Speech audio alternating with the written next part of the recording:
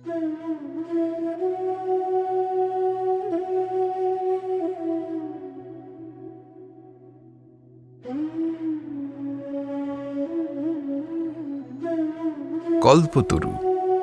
এ এক ইচ্ছা পূরণকারী বৃক্ষ, যার উল্লেখ পুরাণে বর্ণিত সমুদ্র মন্থনের কাহিনীতে আছে।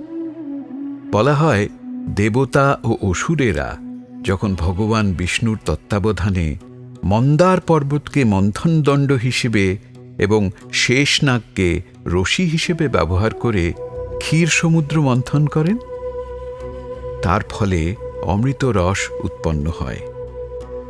সেই অমৃত উৎপন্ন হবার কাহিনী আমরা সকলেই জানি, কিন্তু শুধু অমৃত নয়, তার সঙ্গে বিষও উৎপন্ন হয়েছিল এবং আরও বেশ কিছু অন্যান্য মূল্যবান বস্তুও সেই মন্থনে উঠে এসেছিল, যেমন চন্দ্র, ঐরাবত, কামধেনু, লক্ষ্মী এবং আরও বহু ধন সম্পদ।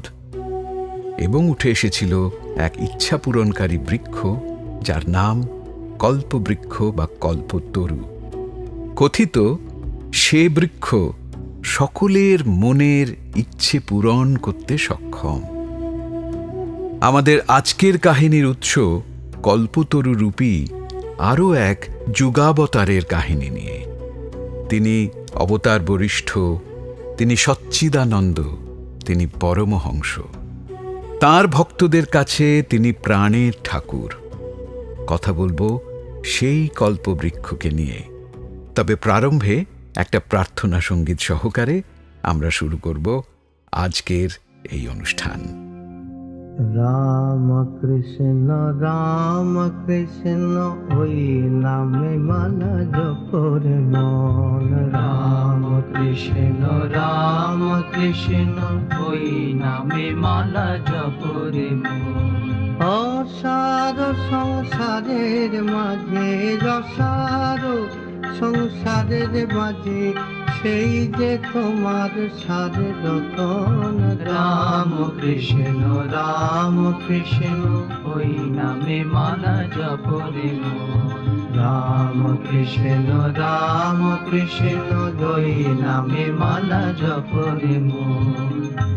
ভবে ঘাটে ভাবহারিয়ে সবাই করে কেনা বেচা, থেকে বলে সব ঝুটা মাল, আমার মালি শুধুই সাজা।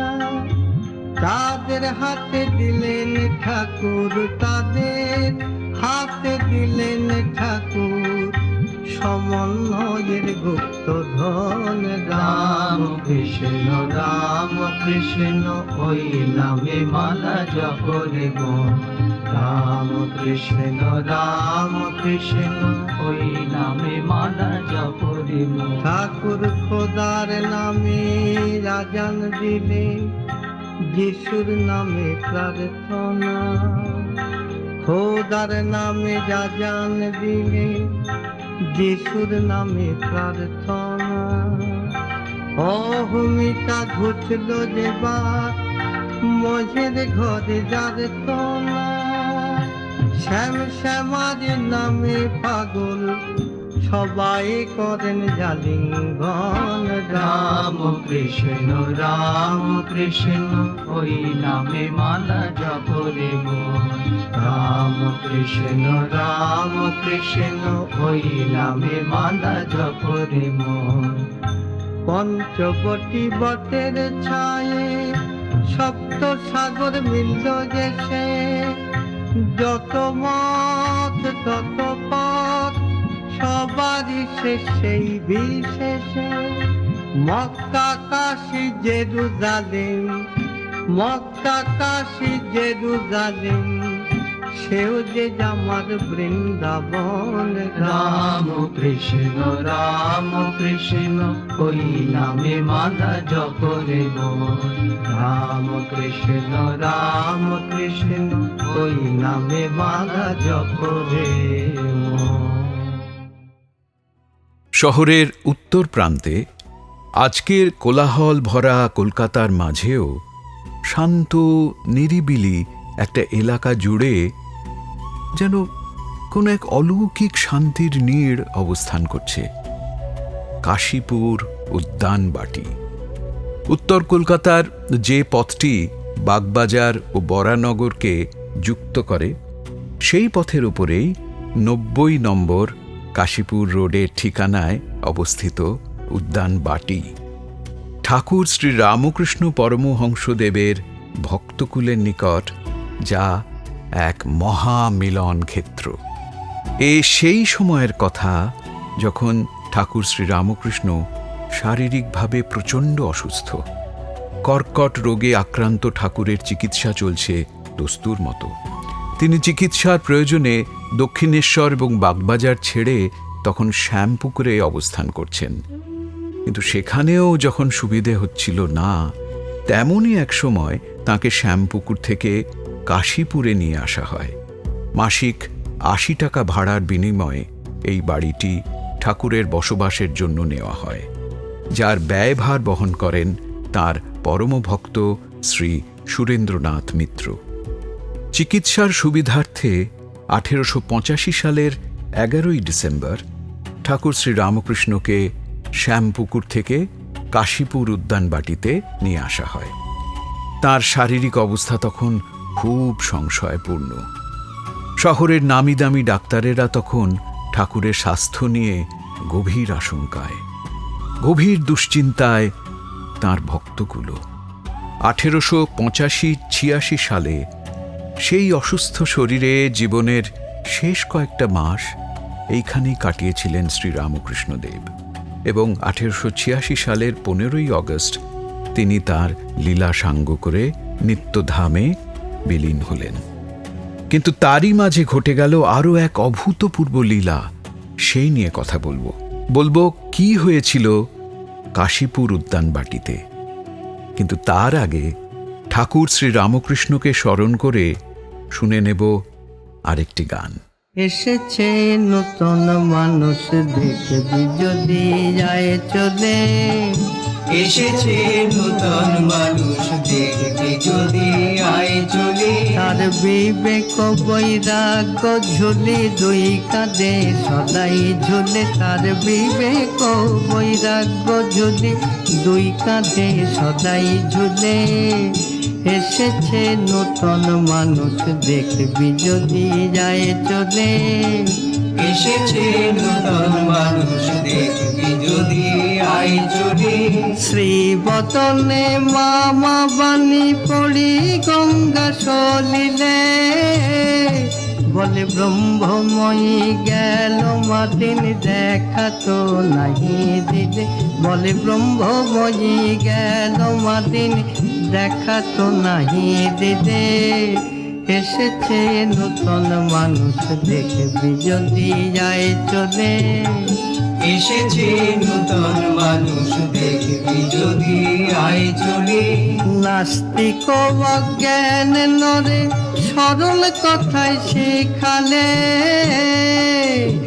যেই কালী সেই কৃষ্ণ নামে ভেদ এক মূলে, যেই কালী সেই কৃষ্ণ নামে ভেদ এক মূলে। এসেছে নতুন মানুষ দেখবি যদি যায় চলে, এসেছে নতুন মানুষ দেখবি যদি আয় চলে। এক বাবাটার পানি বাড়ি নাম দেয় জলে, এক বাবাটার পানি বাড়ি নাম দেয় জলে। আল্লাহ গড ঈশা মুসা কালী নাম ভেদে বলে, আল্লাহ গড ঈশা মুসা কালী নাম ভেদে বলে। এসেছে নতুন মানুষ দেখবি যদি যায় চলে, এসেছে নতুন মানুষ দেখবি যদি আয় চলে। দিনে ধনী মানি জ্ঞানী বিচার নাই জাতি কুলে, আপন হারা পাগল পারা সরলে নিহারিলে, আপন হারা পাগল পারা সরলে নিহারিলে। এসেছে নতুন নূতন মানুষ দেখবি যদি যায় চলে। এসেছে নূতন মানুষ দেখবি যদি আয় চলে। দু বাহু তোলে যার ডাকে যায় রে তোরা যায় চলে। দু বাহু তোলে যে ডাকে আয় রে তোরা যায় চলে। তোদের তরে কৃপা তোরে বসে যাচ্ছে বিরলে। যতন করে পারে রে তোরে বেঁধেছি ভবের কোলে। আমি যতন করে পারে রে তোরে বেঁধেছি ভবের কোলে। এসেছে নতুন মানুষ দেখবি যদি যায় চলে। এসেছে নতুন মানুষ দেখবি যদি যায় চলে। এসেছে নতুন মানুষ দেখবি যদি আয় চলে। 1886 সাল। দিনটা ছিল ইংরেজি বছরের প্রথম দিন, একটা ছুটির দিন। অন্যান্য দিনের তুলনায় সেদিন ঠাকুর শারীরিকভাবে বেশ খানিকটা সুস্থ বোধ করছিলেন। দুপুরে অন্ন গ্রহণ করে কিছুক্ষণ বিশ্রামও নিয়েছিলেন। অসুস্থ শরীর নিয়ে চলাফেরা করা কঠিন হলেও সেদিন ঠাকুরের মন চাইছিল ঘর থেকে বেরিয়ে বাইরে মুক্ত বাতাসে শরীরটা একটু জুড়িয়ে নিতে। সবেমাত্র 20 দিন হল ঠাকুর এই বাড়িতে এসেছেন, কিন্তু এর মধ্যেই যেন ভীষণ হাঁপিয়ে উঠেছেন। একে শারীরিক যন্ত্রণা, তার উপর নতুন স্থানে যেন কিছুই ভালো লাগছিল না তাঁর। তিনি সেই দুপুরে সন্তর্পণে তাঁর শয্যা ত্যাগ করে ধীর পদে দোতলার ঘর থেকে বেরিয়ে নিচে নেমে এলেন। ঘড়িতে সময় তখন বেলা 3টে। শীতের পরন্ত বিকেলের মিঠে কড়া রোদে বাড়ির বাইরের পরিবেশ খুব মনোরম ছিল। সেদিন সেই শীতের দুপুরে কাশীপুর উদ্যান বাটিতে জড়ো হয়েছিলেন জনা 30 গৃহীভক্ত।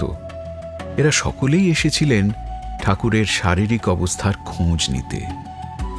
ঠাকুর শ্রীরামকৃষ্ণ বাড়ি থেকে বেরিয়ে ধীর পায়ে এসে উপস্থিত হলেন উদ্যানের মাঝামাঝি। পথে তার সাক্ষাৎ হল গিরিশের সঙ্গে। তাকে দেখেই ঠাকুর থামলেন, একগাল হেসে প্রশ্ন করলেন, গিরিশ, তুমি যে আমার সম্বন্ধে এত কথা বলে বেড়াও, তা তুমি আমার মধ্যে কি দেখেছ বা কি বুঝেছ? গিরিশ কোনোভাবেই বিচলিত না হয়ে তার পাদদেশে নতজানু হয়ে হাত জোর করে বললেন, ব্যাস বাল্মীকি যারই হত্যা করতে পারেননি, তার বিষয়ে আমি কি বলবো? কথাটি শোনা মাত্র ঠাকুরের সর্বাঙ্গ রোমাঞ্চিত হল এবং তিনি ভাব সমাধিতে মগ্ন হলেন। তার এই রূপভাব দেখে আর তার রূপমাধুর্য দর্শন করে গিরিশ উচ্চস্বরে মহা উল্লাসে জয়ধ্বনি দিয়ে বললেন, জয় রামকৃষ্ণ, জয় রামকৃষ্ণ, এবং ঠাকুরের চরণধূলি গ্রহণ করলেন। অন্যান্য ভক্তগণও ঠাকুরের নামের জয়ধ্বনি দিতে আরম্ভ করলেন। আর তারপরেই ঘটে গেল সেই অলৌকিক, সেই অভূতপূর্ব ঘটনা। আসব সেই গল্পে, তবে তার আগে আসুন তাঁকে স্মরণ করে শুনে নিই আরেকটি নাম গান।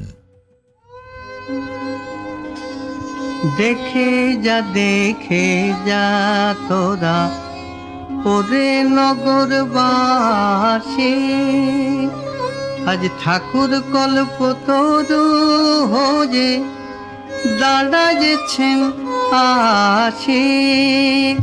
দেখে যা তোরা ওরে নগরবাসী, ঠাকুর কল্পতরু হয়ে দাঁড়ায়েছেন আসি। দেখে যা তোরা ওরে নগরবাসী।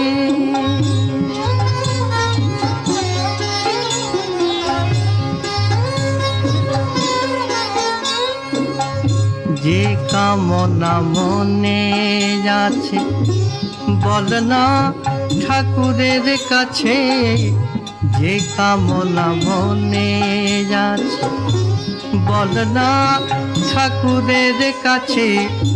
ধর্মযর্থ কাম মোক্ষ, ধর্মযর্থ কাম মোক্ষ যাহার অভিলাষী।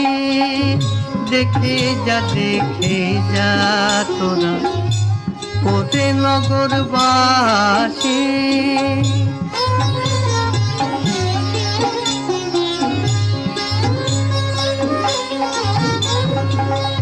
তোর ছায়ে যায় রে ক্ষণে, বিরাম পাবি যে জীবনে।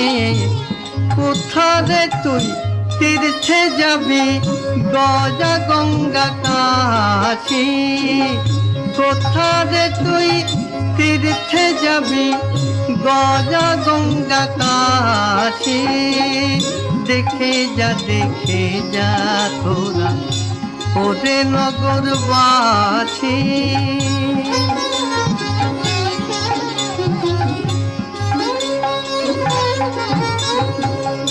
মুঠো মুঠো যত চাবি তখনই তা পেয়ে যাবি। অকাতরে বিলাল ঠাকুর, অকাতরে বিলাল ঠাকুর কৃপা রাশি রাশি। দেখে যা তোরা ওরে নগরবাসী। আজ ঠাকুর কল্পতরু হোজে, ঠাকুর কল্পতরু হোজে দাদা যেছে নাচে। দেখে যা তোরা ওরে নগরবাসী। দেখে যা তোরা ওরে নগরবাসী। দেখে যা তোরা ওরে নগরবাসী। ঠাকুরকে ঘিরে তখন শুধুই গৃহী ভক্তদের জটলা। মুগ্ধ নয়নে সবাই তাঁর ভাব সমাধি দর্শনে ব্যস্ত। ঠাকুর কয়েক মুহূর্তের মধ্যে বাহ্য দশায় ফিরে এলেন। চোখ মেলে দেখলেন তাঁর চারপাশে ভক্তরা ভিড় করে দাঁড়িয়ে। ঠাকুর সেই অবস্থায় দাঁড়িয়ে সকলকে আশীর্বাদ করিলেন। উচ্চারিত হল সেই মহা আশীর্বাণী, আশীর্বাদ করি তোমাদের চৈতন্য হোক। সে বাণী শোনা মাত্রেই ভক্তগণ সমস্বরে পুনরায় জয়ধ্বনি দিতে আরম্ভ করলেন। সেই মুহূর্তে সেই স্থান এক পবিত্র তীর্থক্ষেত্রে পরিণত হল। সেই জয়ধ্বনির স্বরে ঠাকুর শ্রীরামকৃষ্ণ আবার ভাবাবিষ্ট হয়ে পড়েন এবং সেই জয়ধ্বনির মাঝেই তিনি সেই ভাবাবস্থাতেই ভক্তদের বক্ষ স্পর্শ করে একে একে সকলকে আশীর্বাদ করেন। সংসারে আবদ্ধ ভক্ত তখন সেই মুহূর্তে কি বা চাইবে? তার প্রতিদিনের সাংসারিক চাওয়া পাওয়ার বাইরে সে কি আর কিছু জানে?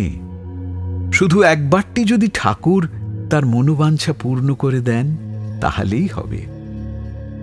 তারা স্থান কাল ভুলে গেলেন ঠাকুরের ব্যাধির কথা, ভুলে গেলেন সেই নির্দেশ যে ঠাকুর ব্যাধি আরোগ্য না হওয়া পর্যন্ত তাকে স্পর্শ করা যাবে না। সব ভুলে তখন ভক্তকুল অনুভব করছে যে তাঁদের সম্মুখে সে এক অপূর্ব দেবতা, যিনি তাঁর হৃদয়ের সমস্ত যাতনা যন্ত্রণা ভুলে তাঁর সন্তানদের জন্যে নিজেকে উজাড় করে দিচ্ছেন। আর তাঁর সেই সন্তানকুল তাঁকে প্রণাম করতে আর তার চরণধূলি গ্রহণ করতে ব্যাকুল। আর ঠাকুর তিনি তার অর্ধবাহ্য দশায় সমবেত প্রত্যেক ভক্তকে স্পর্শ করে গেলেন। ফিরব আরও কিছু কথা নিয়ে, তবে তার আগে তাঁকে প্রণাম জানিয়ে শুনে নিই আরও একটি নাম গান।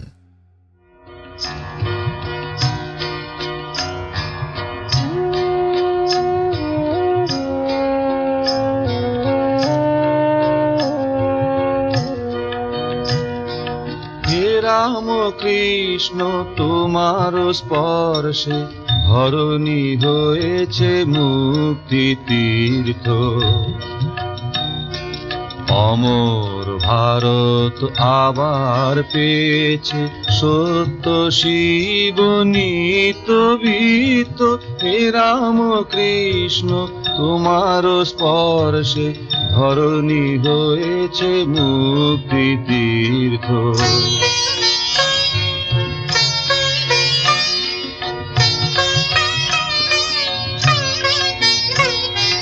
স্বর্গে মর্তে মিলন মাল্য গন্ধ গহন চন্দনে। দয়াল হে দেব দেবল মূর্ত সপ্ত লোক করিতে রিক্ত। হে রাম কৃষ্ণ তোমার স্পর্শে ধরণী হয়েছে মুক্তি তীর্থ।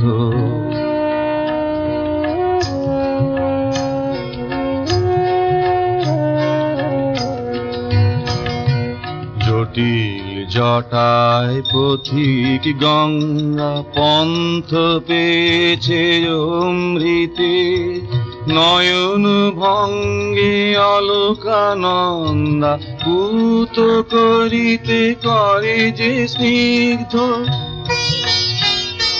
স্বর্গে মর্তে মিলন মাল্য গন্ধ গহন চন্দনে।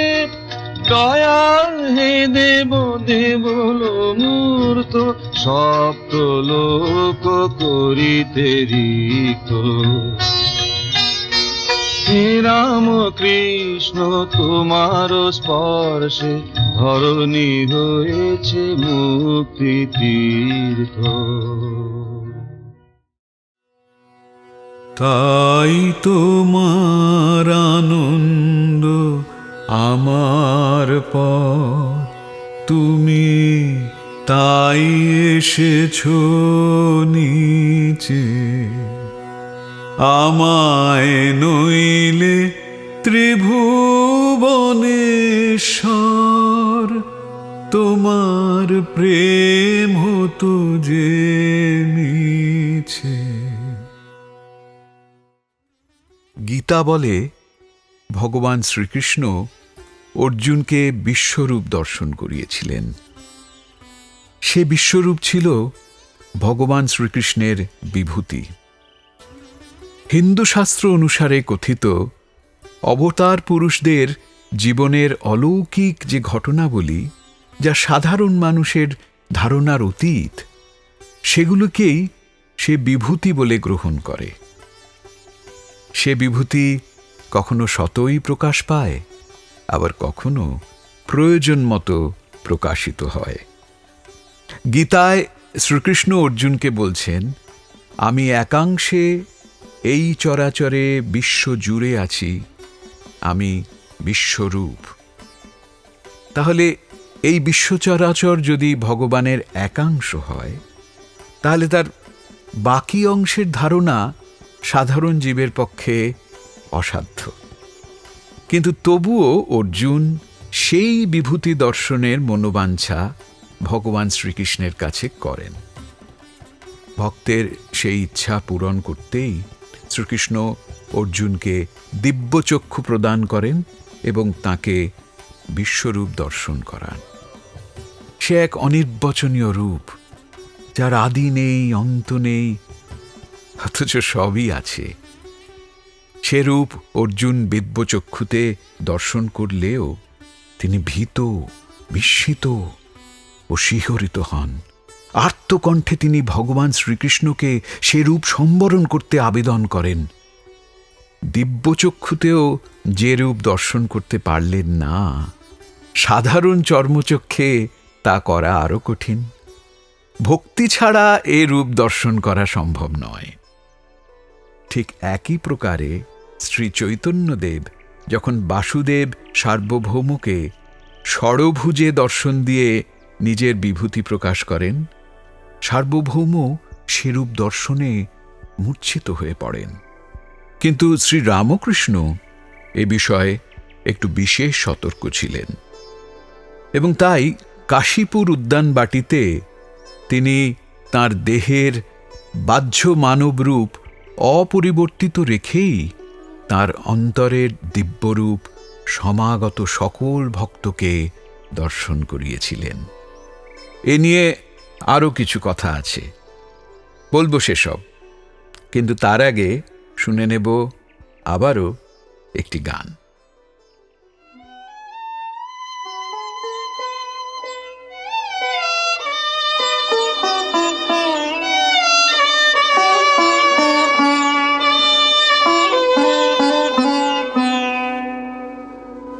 প্রেমের ঠাকুর শ্রীরাম কৃষ্ণ তোমারে করি প্রণাম। প্রেমের ঠাকুর শ্রীরাম কৃষ্ণ তোমারে করি প্রণাম। জীবের কল্যাণ ব্রত করি জ্ঞান এসেছিলে ধরাধাম। তোমারে করি প্রণাম। প্রেমের ঠাকুর শ্রীরাম কৃষ্ণ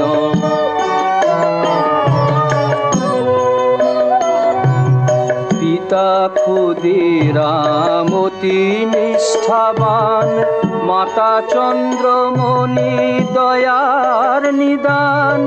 আদর করিয়া রাখিলেন তারা গদাধর তব নাম। তোমারে করি প্রণাম। প্রেমের ঠাকুর শ্রীরাম কৃষ্ণ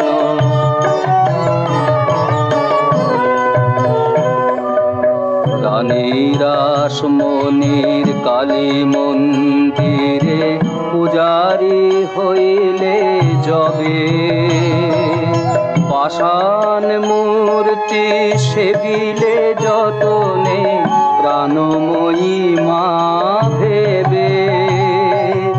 রানীরাস মনির কালী মন্দিরে পূজারি হইলে যবে।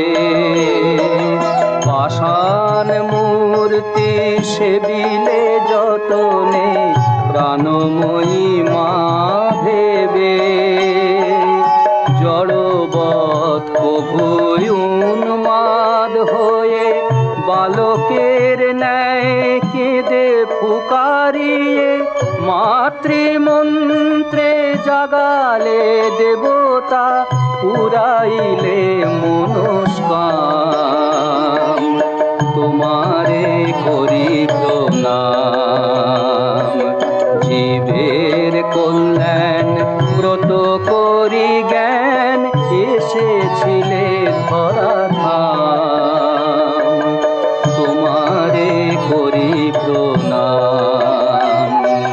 প্রেমের ঠাকুর শ্রীরাম কৃষ্ণ তোমারে করি প্রণাম।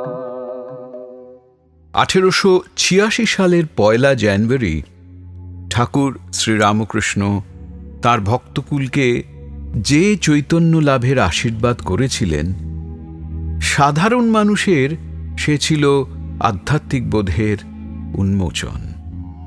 সাংসারিক কর্মে আবদ্ধ জীব তার স্বরূপ আর নিজস্ব ধর্ম সম্পর্কে খুব একটা অভিজ্ঞ নয় বলে সে তার ঈশ্বরকে জানতে পারে না।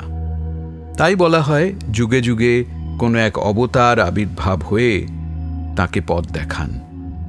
সেদিনও ঠাকুর সেই মুহূর্তে উপস্থিত মুষ্টিমেয় ভক্তদের মাধ্যমে জগতের সব মানুষকে তার স্বরূপ ও স্বধর্ম সম্পর্কে অবহিত করালেন, যা কিনা একমাত্র চৈতন্য শক্তি আর প্রেমভক্তির মাধ্যমে সম্ভব বলে বিশ্বাস করা হয়।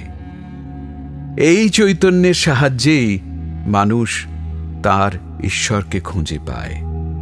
আবার সেই চৈতন্যের সাহায্যে সে জানতে পারে যে ঈশ্বর তার অন্তরেই বাস করেন। ভক্তের ভগবানকে প্রয়োজন তার শোক দুঃখ দূর করতে আর শান্তি প্রদান করতে। ঠিক তেমনি ভগবানেরও ভক্তকে প্রয়োজন শুধুমাত্র কৃপাদান নয়, তার সঙ্গে মিলনের জন্যেও। সেই মিলনই মহামিলন। তেমনি কাশীপুর উদ্যানবাটির সেই মহামিলন ভক্তের কাছে কল্পতরু উৎসব। বিশ্বাস করা হয় যে ঠাকুর শ্রীরামকৃষ্ণ ভক্তদের মাঝে নেমে এসেছিলেন। কেমন লাগলো ঠাকুর শ্রীরামকৃষ্ণের কল্পতরু রূপ নিয়ে এই অনুষ্ঠান? আমাদের জানাতে ভুলবেন না আপনাদের মতামত। এমন আরও নানা বিষয় নিয়ে আমরা আসব আপনাদের মাঝে। যারা সাবস্ক্রাইব এখনও করেননি তারা চ্যানেলটি সাবস্ক্রাইব করে নেবেন এবং লাইক আর শেয়ার করতেও ভুলবেন না যেন। আপনাদের কমেন্টের অপেক্ষায় আমরা থাকব। আবার আসব খুব শীঘ্রই। আজকের মতো নমস্কার।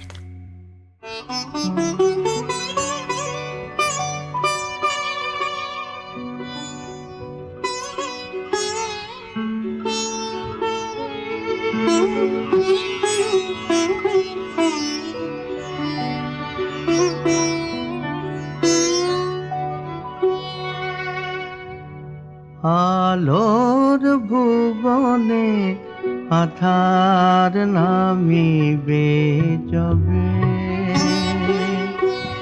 তুমি তো ঠাকুর বলিয়া গিয়েছ, আবার আসিব তবে,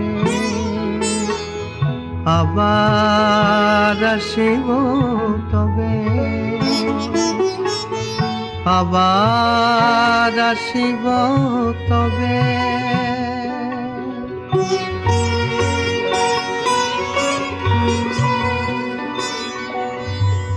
কুয়াশায় ঢাকা ফেরি যে পৃথিবী আজি, ব্যথা হয়ে মোর হৃদয়ে ওঠে যে বাজি। কুয়াশায় ঢাকা ফেরি যে পৃথিবী আজি, ব্যথা হয়ে মোর হৃদয়ে ওঠে যে বাজি। গানে গানে তাই ডাকি যে তোমায়, প্রেমহীন বৈভবে, প্রেমহীন বৈভবে। তুমি তো ঠাকুর বলিয়া গিয়েছ, আবার আসিব তবে, আবার আসিব তবে, আবার আসিব তবে।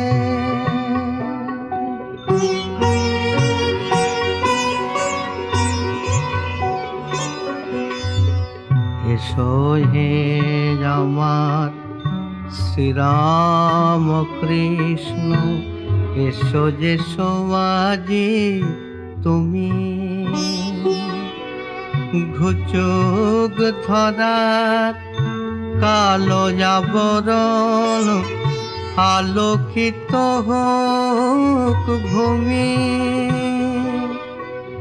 খুলে যাক যত রুদ্ধ ঘরের দ্বার, ভুলে যাক সবে বেদনার যাকে ধার। বাজুক কণ্ঠে নবীনের গান, মা ভই রবে, মা ভই রবে। তুমি তো ঠাকুর বলিয়া গিয়েছ, আবার আসিব তবে, আবার যাসিব তবে, আবার যাসিব তবে।